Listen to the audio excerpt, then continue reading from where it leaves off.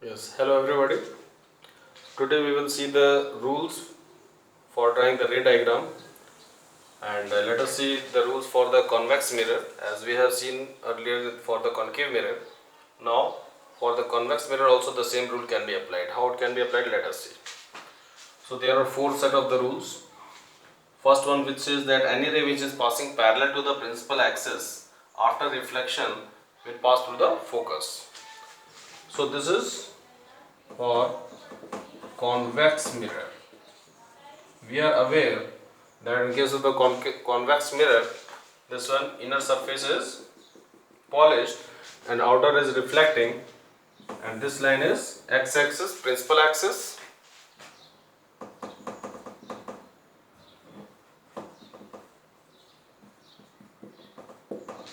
okay. So any ray which is passing parallel to this principal axis will pass through focus. Where is the focus? On the right hand side. Center of the curvature is also on the right hand side. We will draw accordingly. This is focus and this point is pole P. So any ray which is going parallel to, like this is the ray, this is parallel to principal axis, both are parallel, and after reflection it will be going towards the focus. So as it is behind the mirror, this ray cannot pass across it, is it? So we will draw here dotted lines. So it is assumed that it is going to the focus, and the same line we will proceed in this direction on the left hand side to get the correct ray diagram for reflected ray. Okay. Similarly, second one, it says that any ray which is passing through the focus, principal focus will become parallel to the principal axis after reflection. Just reverse of this.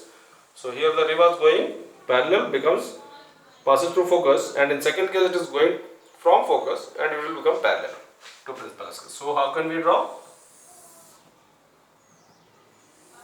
Like this is the line, principal axis. So here is the center of curvature, this is focus. So ray is first passing towards the focus.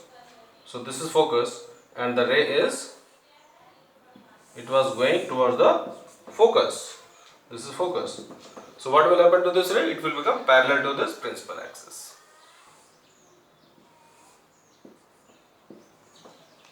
Okay. See the third rule. Any ray is passing through the center of the curvature. So after reflection it will pass through the same path. So where is C? So we will draw the concave mirror, and this is the principal axis, pole, center of the curvature, focus, for example. So any ray which is going to the center of the curvature, this is the line. Any ray which is going towards the C,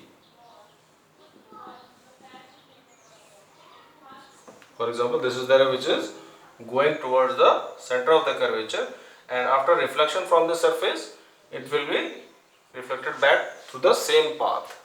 This is the third rule for drawing the ray diagram. Okay, let us see the fourth rule. Any ray which is incident obliquely to the principal axis towards the pole P is reflected obliquely through the same path. We will